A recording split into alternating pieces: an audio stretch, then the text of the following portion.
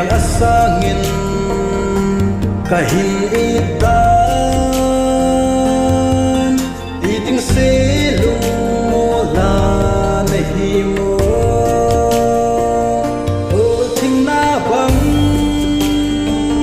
pha don kit thei hi len kan no me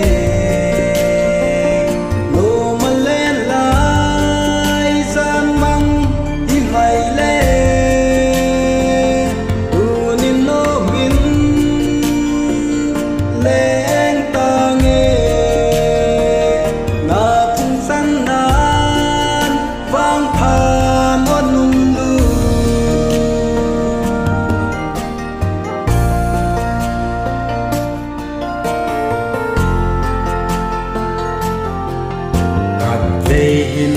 gerno chung se na asem ni chan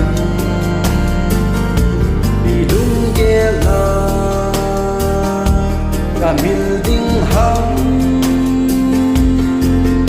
e ko a ding ken nam kamai pe ne o ting na bang ha don kit thei no me no malen lai san mang hi mai le tu nim no min len ta nge na tung san nan vang phan on lu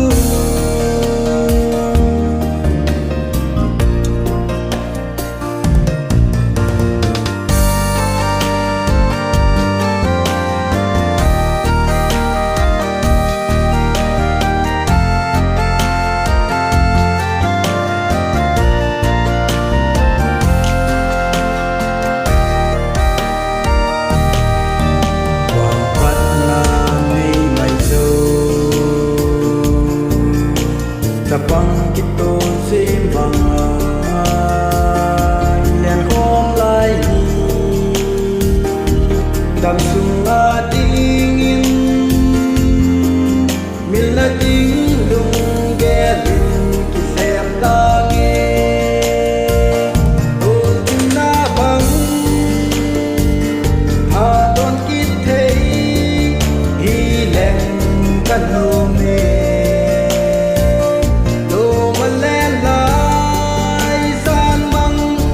mai le tu nin no bin lem ta nge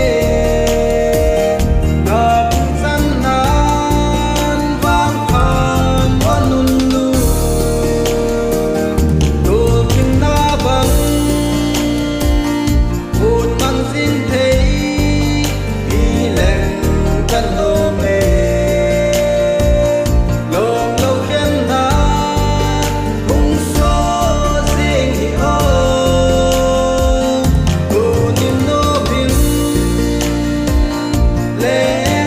na te